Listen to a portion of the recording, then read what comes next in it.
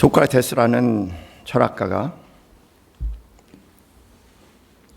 한 유명한 말 여러분 아실 겁니다. 내 자신을 알라.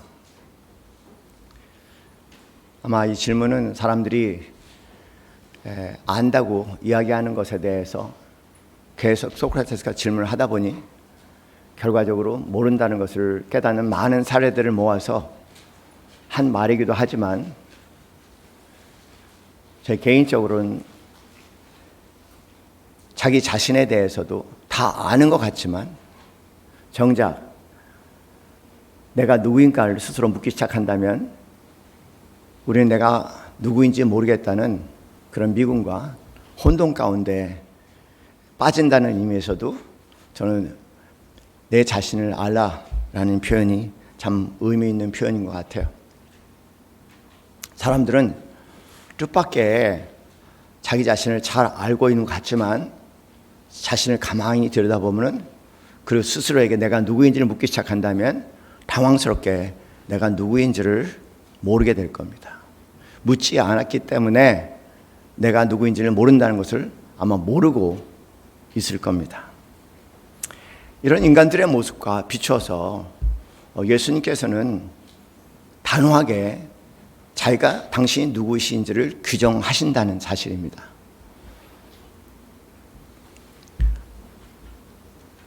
이런 질문을 해본 적이 있다면 그리고 그 질문이 얼마나 어려운 질문인가를 알게 된다면 예수님께서 자신을 규정하는 말을 스스럼 없이 선포하시는 말씀을 접할 때마다 저는 굉장히 격려를 느낍니다. 어떻게 한 인간이 자기 자신에서 나는 이렇다고 이렇게 아주 분명하게 선포적으로 규명할 수 있을까?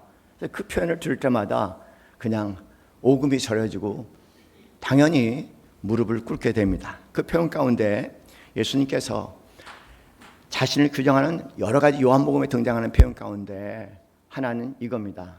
나는 길이요 진리요 생명이다.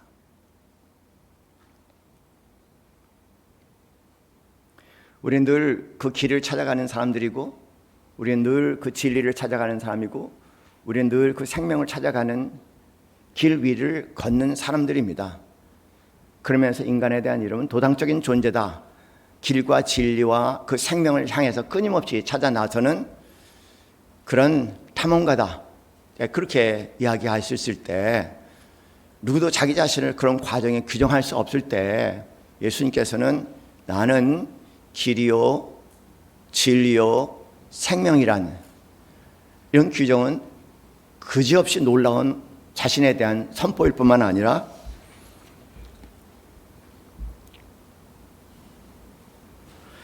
그 길과 진리와 생명을 찾아 혼돈과 때로는 지친 가운데 영혼에게는 그 표현은 이루 말할 수 없는 큰 위로와 지혜가 되기도 합니다. 믿지 않는 사람들은 그만두고 믿는 사람들도 늘 고민하는 것 같아요. 늘 고민하고 늘 괴로워하는 것 같아요. 왜 사람들이 늘 고민하고 괴로워할까? 예수님을 믿는다고 얘기하면서도 왜 늘 괴로워하고 고민할까? 저는 이 한마디가 자리하지 않기 때문에 그렇지 않을까 생각해 봅니다. 예수님께서 분명히 나는 길이요 진리요 생명이라고 말씀하셨는데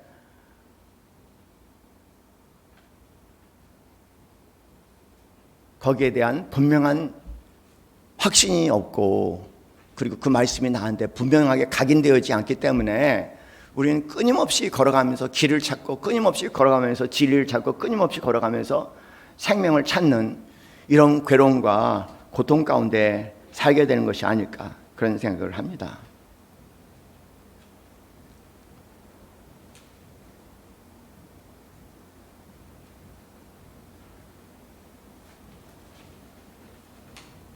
여자 화장실에 제가 안 가봐서 모르겠어요. 한 번도 아직 안 가봤습니다. 가보고 싶은 마음은 있습니다. 남자 화장실에는 글이 하나 있죠. 찰리 채플린이라는 그 유명한 배우가 70고기 때 쓴 글이라고 하죠. 내가 내 자신을 사랑하기 시작하면서. 여자 화장실에 있습니까? 아, 거기도 있군요. 안 가봐도 되겠습니다.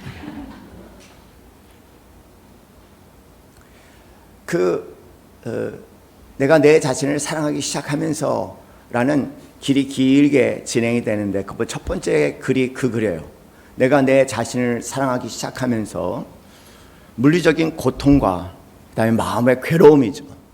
물리적인 고통과 마음의 괴로움은 단지 나의 진실에 내가 역행해서 살고 있다는 경고이다 라고 얘기하는 것. 뭔가 내가 진실이라고 얘기하는 것에 따라 사는 것이 아니라 거기서 역행해서 살고 있다는 그런 경고로서 우리는 끊임없이 육신의 고통과 마음의 괴로움을 경험하게 된다는 얘기입니다. 그러면서 단언적으로 그렇게 얘기합니다.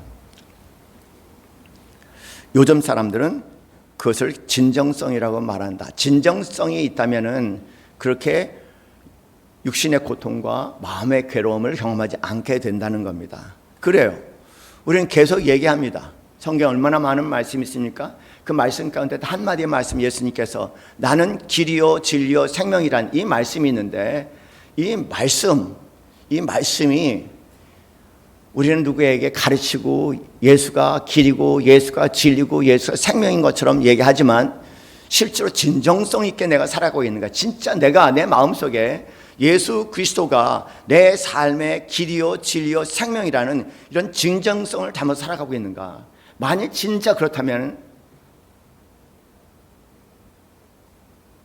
그 진정성을 담아낼 수 있는 신앙이 된다면 이 단순한 한 문장에 진정성을 담아낼 수 있는 그런 표현이 된다면 아마 어거스틴이 고백록에서 주님을 만난 그 기쁨과 감격을 표현한 것을 이해하게 될 겁니다. 현대인들처럼 온갖 음란한 세상과 그리고 권력에 그리고 돈에 물질에 굶주려 살았던 어거스틴이라는 분, 또 유명한 철학자이며 또 사상가인 어거스틴이라는 분이 오랜 방황 끝에 예수님을 만난 후에 이런 고백을 합니다. 당신을 향해서 살도록 창조하셨습니다. 하나님이 우리를 당신을 향해서 살도록 창조하셨다는 겁니다. 그래서 우리 마음이 당신 안에 안식할 때까지는 평안하지 않을 것입니다. 우리의 마음이 우리를 창조하셨는데 당신 안에 머물도록 창조하셨기 때문에 당신에 머물기 전까지는 우리는 참된 위로와 평안을 찾지 못할 거라고 선포하는 것이 아니라 자기의 경험을 통해서 분명히 이야기를 하죠. 진정성이 있는 사람, 말씀 그대로 나는 길이요 진리요 생명이라는 이 말씀에 따라 언제 어떤 상황 가운데서도 예수가 내가 아니라 예수가 길이요 진리요 생명이라는 확신을 가지고 성경 말씀 안에서 그 길과 진리와 생명을 찾고자 해서 머무림쳐 산 삶이라면은 아마 굉장히 다른 삶을 살고 있지 않을까 그런 생각을 하게 됩니다.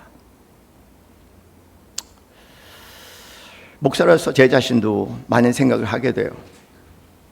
그동안 돌아보면서 수많은 고뇌들이 어디서 왔을까 생각해 보는 거예요.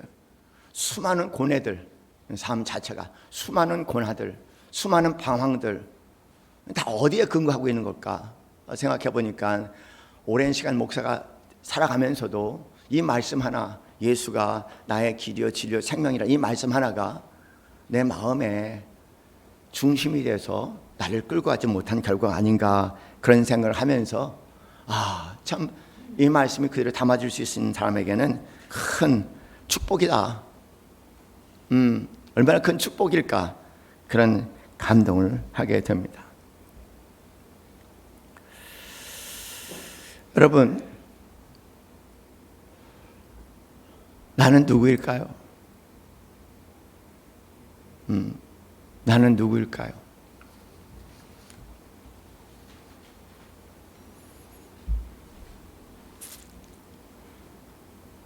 나는 누구일까요?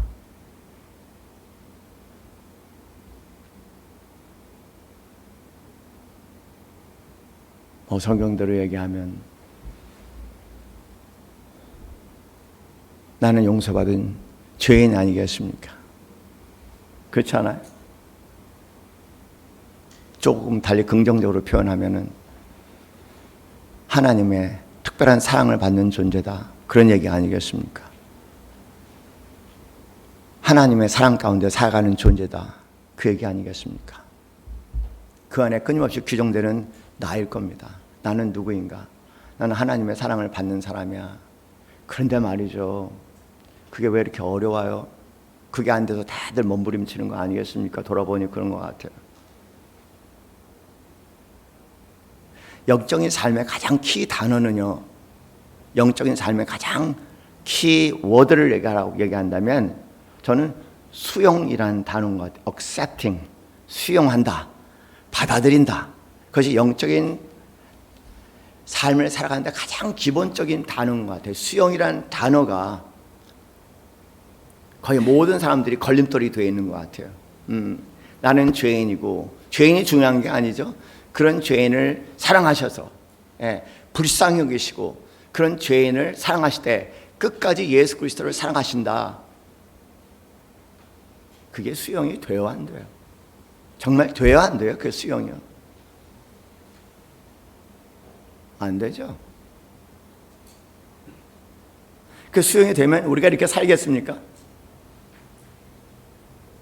수용이 안 돼요. 내가 죄인이고, 그리고 하나님께서 우리를 불쌍히 여기셔서 예수 그리스도를 통해서 우리를 구원하셨다, 우리를 사랑하셨다. 그 사랑으로 하나님께서 우리를 사랑하신다. 그게 들어오냐고요? 수용이 되냐고요? 진짜 수용이 되냐고요?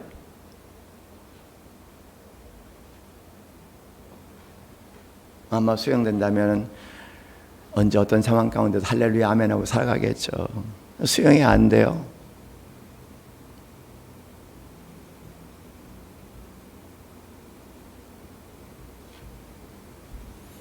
그게 그렇게 어려운가요? 어려운 것 같아요. 제 자신을 돌아봐도 정말 어려운 것 같아요. 수용이라는 단어가. 왜 수용이 안 될까? 그 좋은 것들이 왜 수용이 안 될까? 뇌과학자들이 공통적으로 하는 얘기가 뭔지 아세요? 뇌과학자들이 인간을 계속 연구하니까 뇌는 참 모순이다, 그런 얘기예요. 뇌가 무슨 모순이냐? 뇌는요, 나쁜 것을 기억한대요. 나쁜 것을 기억하기 원한대요. 한번 여러분 삶을 돌아보세요. 좋은 일도 많이 있었죠. 나쁜 일도 많이 있었죠. 그런데 대부분 여러분 생각할 때 뭐만 떠오르세요? 상처받은 일, 나쁜 일만 떠오르는 거예요.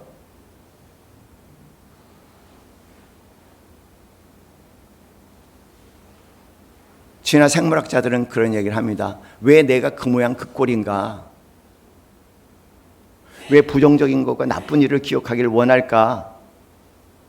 좋은 면이 분명히 상대에게 있음에도 불구하고 상대 부정적인 면을 기억하고 내 삶에 일어난 많은 좋은 일, 나쁜 일이 있는데도 불구하고 왜 나쁜 일만을 인간을 기억하기를 원할까? 나쁜 일을 잘 기억해야지 생존율이 높대나요? 진화 생물학자들은 그렇게 얘기해요. 나쁜 일을 기억해야지, 그래야지 위험에 노출된 그런 위험이 적게 된다는 거예요. 그 생존율을 높이기 위해서 뇌는 나쁜 일을 기억해서 미리 방어하고 자기를 지키도록 만든다는 겁니다. 거꾸로 얘기해서 좋은 일은 기억하지 못하는 거예요. 좋은 일은 쉽게 여기고 기억하기를 원치 않다는 겁니다. 뇌가 고장난 또 한 가지 이유를 말씀을 드릴까요? 절대 중독, 뇌과학자들이 하는 얘기예요. 절대 중독 들어가지 마세요 라고 얘기해요. 왜? 나쁜 것만을 원한대, 뇌는요. 한번 생각해 보세요. 좋은 삶을 살려는 게 얼마나 힘들어요? 좋은 삶을 살려고 사는 것은 자연스러움이 아니에요. 좋은 삶을 산다는 거, 아름다운 삶을 산다는 거, 건강한 삶을 산다는 건요, 무지무지하게 노력해야 돼요. 그렇죠? 그렇잖아요. 좋은 일은 쉽게 얻어지지 않아요. 아주 힘들게 얻어졌다가 또 잃기도 왜 이렇게 쉬운지 모르겠지만 나쁜 일은 쉽게 얻어지고 중독처럼 한 번 먹어서 영원히 잊지 못할 그 무엇이 돼서 끊임없이 그것을 기억하고 그것을 끊임없이 갈망하게 되는 이상한 뇌를 가지고 있는 것이 인간이에요. 저와 여러분입니다.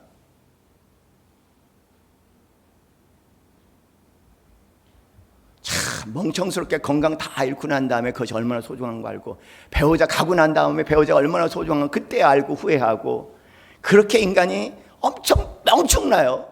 멍청이야. foolish. 그 뇌를 가지고 우리가 살고 있단 말이에요. 좋은 것은 기억하길 원치 않아요. 용서한다.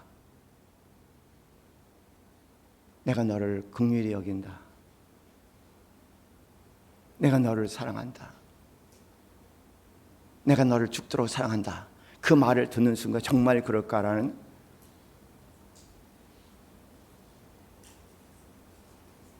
의문이 생기잖아요. 늘. 그 말을 듣기 전에는 의문도 안 생겼어. 근데 그 말을 듣는 순간 갑자기 의문이 생겨. 정말 그럴까? 그래서 하나님은요, 그냥 용서하시고 불쌍히 여기시고 그리고 사랑하시는 분이에요. 하나님은요. 하나님을 믿는다는 것은 하나님은 우리를 용서하시고 하나님 우리를 사랑하시고 하나님은 우리를 불쌍히 여기신다는 것을 그냥 수용하는 거예요. 근데 이 뇌가 고장이 나갖고 이상하게 그게 그렇게 힘들어 받아들이기가. 왜 이렇게 힘들어요? 아무리 외쳐도 힘들어? 왜 안 돼?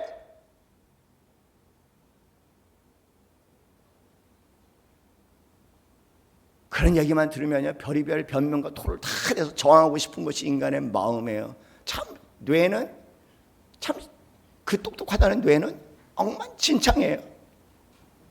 만물의 영장? 무슨 웃기는 얘기예요. 난 동물의 뇌보다 못한 것 같아요.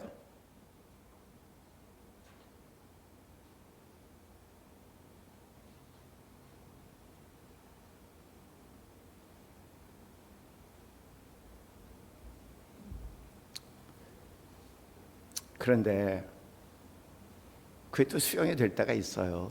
참 신기하죠. 그게 수용이 될 때가 있어요. 그게 수용이 된단 말이에요. 와, 그게 수용이 될 때가 있어요. 아무리 생각해도 그 수용이 될 때는 그게 이성이 아니에요.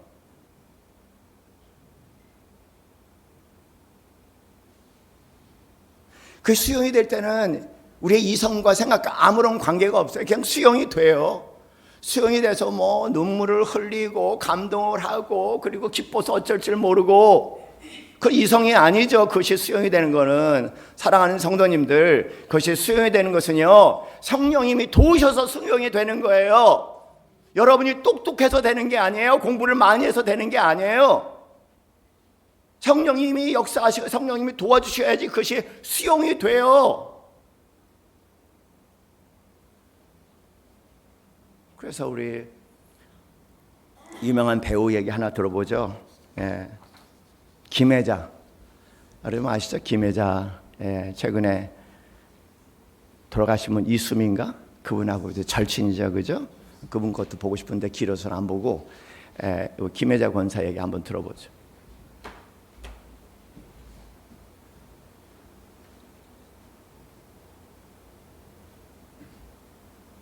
우리 딸이 엄마 우리 새벽 예배 가볼까? 그래서 그래 그러고 딸 기분 좋으라고 쫓아갔어요. 갑자기 눈물이 쏟아지는 거예요. 뭐 그렇게 슬픈 얘기도 아니었을 거예요. 너무나도 흐느껴 울었어요. 막 도대체 이게 무슨 일일지. 근데 그게 하나님을 만난 일이었어요. 나중에 생각하니까 눈물이 쏟아지는데 마음에 막 기쁨 같은 게 있었어요. 여러분들도 그런 경험 꼭 하시길 바래요. 그래서 나중에 우리 딸한테 그러니까 하나님이 엄마를 만나주셨구나 그러더라고요. 어릴 때부터 교회 다녔지만 하나님을 그때까지 못 만났었나 봐요. 그런데 그렇게 눈물이 쏟고 눈물 쏟는 만큼 여기서 막 이상하게 기쁨 같은 게 있었어요. 여러분들도 그런 거 경험 꼭 있으시기 바래요. 그렇죠. 그러나 만나러 가는 발걸음이 필요해. 만나러 갈 때 만나 주시는 그분입니다. 수용. 그것이 수용이 될 때 이상한 일이 일어나는 거예요. 막 눈물이 흐르고 그 눈물이 뭔가 저 깊은 오장육부의 모든 것들을 건드려내서 모든 것들이 정리해내는 그런 기쁨이 있죠. 성령님이 하시는 일이에요. 성령님이 하시는 일도 만나러 가는 도상의 사람에게 성령님이 하시는 일이지 찾고 구하고 두드리지도 않는 사람에게 그냥 나타난 일은 아니죠. 그죠? 사랑하는 성도님들, 마음을 가지세요. 만나고 싶습니다. 만나고 싶습니다. 김혜자 권사 간증이 그래. 어렸을 때부터 교회 다녔대요. 다니다가 밋밋해서 어느 날 세상 일이 바빠서 살다가 보니까는 오랫동안 신앙생활 안 했대요. 그러다 어느 날 딸이 가서 기도하자 가서 별 얘기도 아닌데 참 희한하죠. 별 얘기도 아닌데 대단한 설교도 아닌 별 얘기도 아닌데 그냥 거기에서 이렇게 만나 주셨다 표현하잖아요.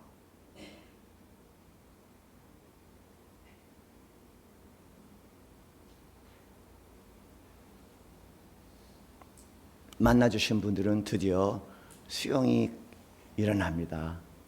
나 같은 죄인 살리신 하나님의 사랑, 하나님의 은혜. 그 은혜는 뭐라고 오늘 본문의 말씀을 표현하고 있습니까? 은혜 위에 은혜라. 그런데 18절에 17절에 이런 말씀하십니다. 율법은 모세로 말미암아 주어진 것이요 은혜와 진리는 예수 그리스도로 말미암아 온 것이라 말씀하세요. 여러분, 만나러 가는 것이 율법이에요. 만나러 가는 것이 율법입니다. 그분이 만나 주시는 것이 은혜예요. 신학교를 가서 열심히 성경 공부를 하고 교회에서 여러 가지 성경 공부를 하고 뭐 한다고 해서 되는 건 아니고요. 그거는 만나러 가는 거고요. 만나러 가는 곳에서 그런 일은 일어날 수도 있고 안 일어날 수도 있는데 은혜가 임하면은 만나 주시는 거죠. 그러면 수용이 됐어요. 뭐 하나님이 나를 사랑하신다는데 하나님이 나를 사랑하신다는데 뭐 얼마나 좋겠어요.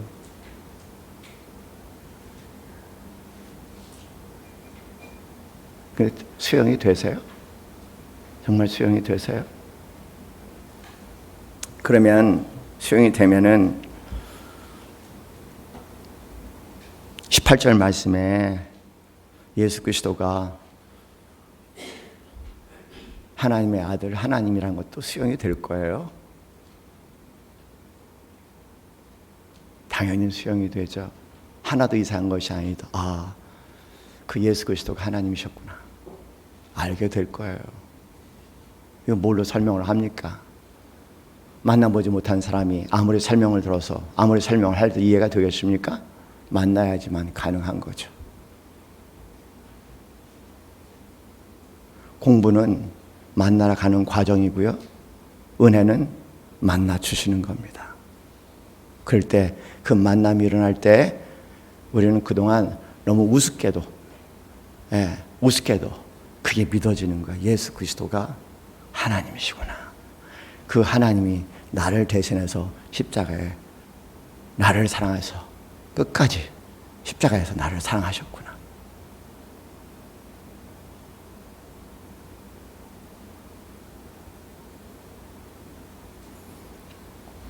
그런데 만나러 가는 과정에 성령님이 역사하시면 만나십니다.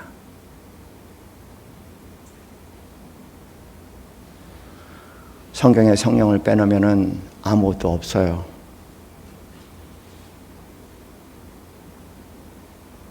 쉬지 말고 기도하라는 말씀은 언제나 서나 성령과 교제하라는 겁니다. 기도는 성령이고 성령은 기도입니다.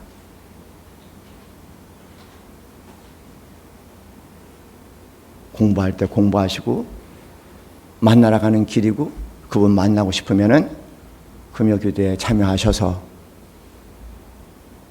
부르짖어 기도해 보세요.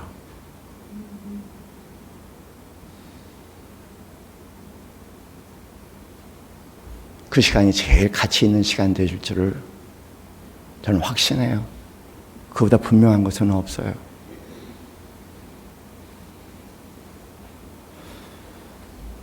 금요일 날 그보다 좋은 것은 없어요. 일주일에 그보다 좋은 시간은 없습니다.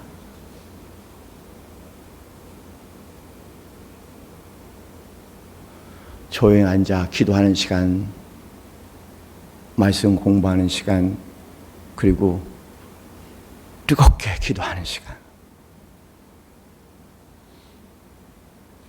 공부도 장작이고요, 생각도 장작이고, 찾는 것도 장작이지만 그 장작들이 모여서 불을 일으키려면 불쏘시개가 있어야 돼. 그 불쏘시개가 성령님입니다. 기도입니다.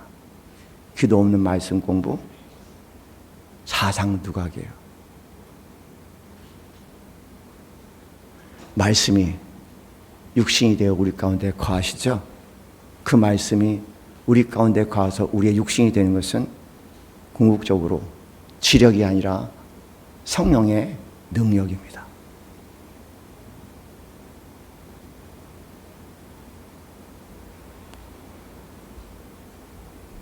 기도로 새롭게 거듭나시는 우리 사랑하신 성도님들 되시기를 주님의 이름으로 간절히 축원합니다.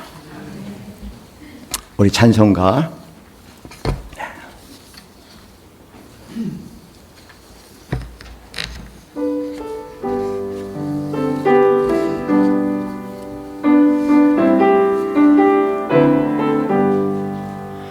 나의 생명 되신 주, 주님 앞에 나갑니다. 주의 흘린 보혈로 정케하사 받아주소서. 날마다 날마다 주를 찬송하겠네. 주의 사랑의 줄로 나를 굳게 잡아매소서.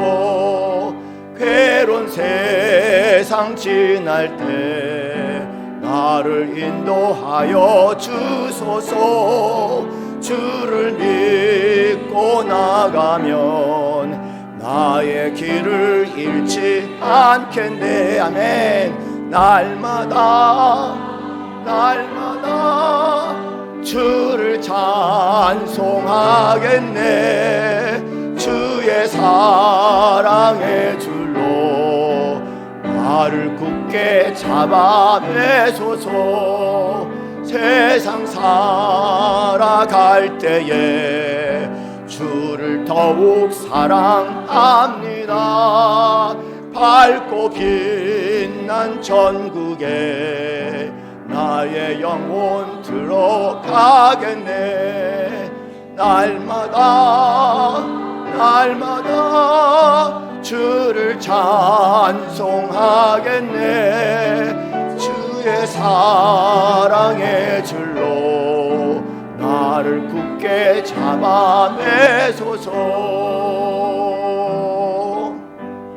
함께 기도합시다.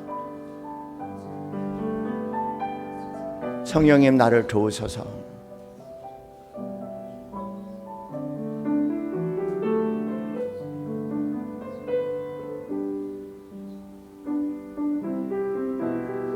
수영하기 원하지만 수영이 되지 않습니다. 내 몸으로는 수영이 되지 않습니다. 하나님 도와주시옵소서. 우리를 돕는 도움의 영이신 성령님을 보내셨사오매 도와주시옵소서. 외쳐 부르짖게 하옵소서. 우리의 장벽을 깨닫게 하시고 그 장벽을 무너뜨릴 수 있는 외침과 기도의 시간들이 깊어지게 하옵소서. 은혜 위에 은혜, 은혜 위에 은혜 위에서 서서 진실로 진실로 길이요 진리요 생명이신 주님과 동행하게 도와주시옵소서. 할렐루야, 할렐루야. 성령님이 도우시지 않으시면은 이 모든 생명의 말씀들이 단 한 점, 단 한 획도 우리의 육신이 되지 못해. 그것이 무엇인지 알 수 없습니다. 그러나 우리의 갈급한 심령, 우리의 괴로운 심령을 불쌍히 여겨 주셔서 우리를 인도하소서. 우리를 인도하소서. 생명의 길로 인도하소서. 이 시간 함께 기도하겠습니다. 할렐루야. 하나님 아버지 감사합니다. 하나님 담대하게 살게 하여 주시옵소서.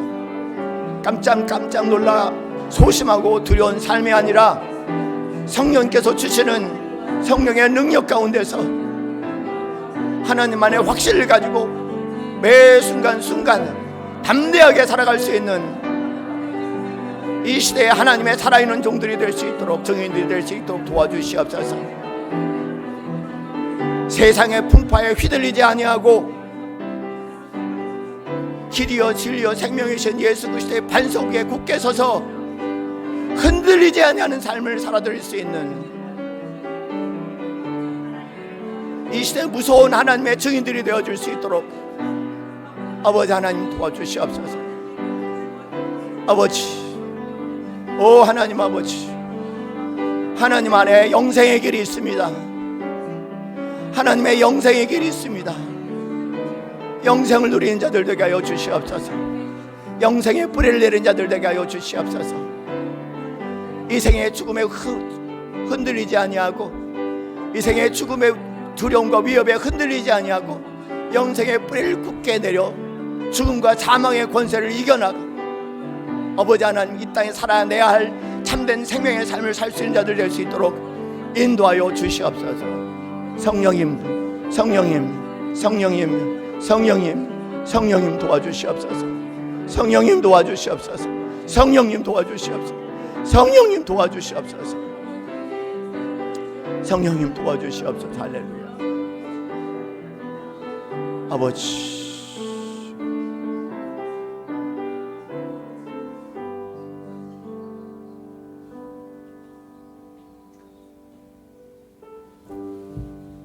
오늘도 하늘문을 활짝 여시고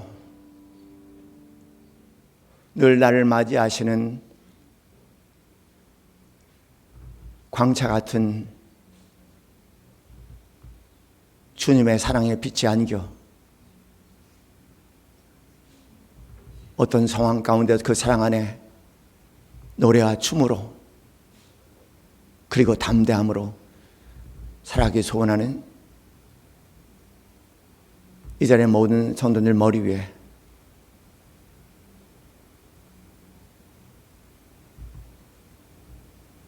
우리 주 예수 그리스도의 은혜와 하나님의 사랑과 성령님의 감동 감화하심이 늘 함께하기를 축원하옵나이다. 아멘.